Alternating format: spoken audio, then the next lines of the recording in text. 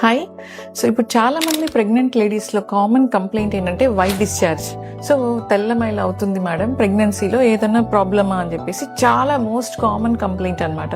So ఈ white discharge అనేది actually in pregnancy it is very common, because ప్రెగ్నెన్సీలో oestrogen అనే హార్మోన్ వల్ల కానీ లేదా బ్లడ్ ఫ్లో రక్త ప్రసరణ అనేది పెరగటం వల్ల చాలా కామన్గా వైట్ డిశ్చార్జ్ అనేది చూస్తాం అనమాట. So nothing to worry. ఆ వైట్ డిశ్చార్జ్ ఎలా ఉంటుంది? థిన్ వాటరీగా ఉంటుంది అనమాట, Milky white.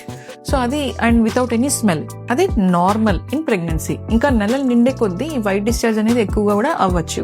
And it is one way, it is actually helpful. అంటే it will protect the vagina అనమాట, వేరే ఇన్ఫెక్షన్స్ రాకుండా కూడా చూస్తుంది. ఎప్పుడు అబ్నార్మల్ అంటే మనకి అది కలర్ మారింది, ఎల్లోయిష్ కానీ లేదా గ్రీనిష్గా కానీ లేదా మీగడ్ లాగా కర్డీ వైట్ అంటారు. ఇవన్నీ ఉన్నప్పుడు ఏంటంటే అది ఇన్ఫెక్షన్ అనమాట.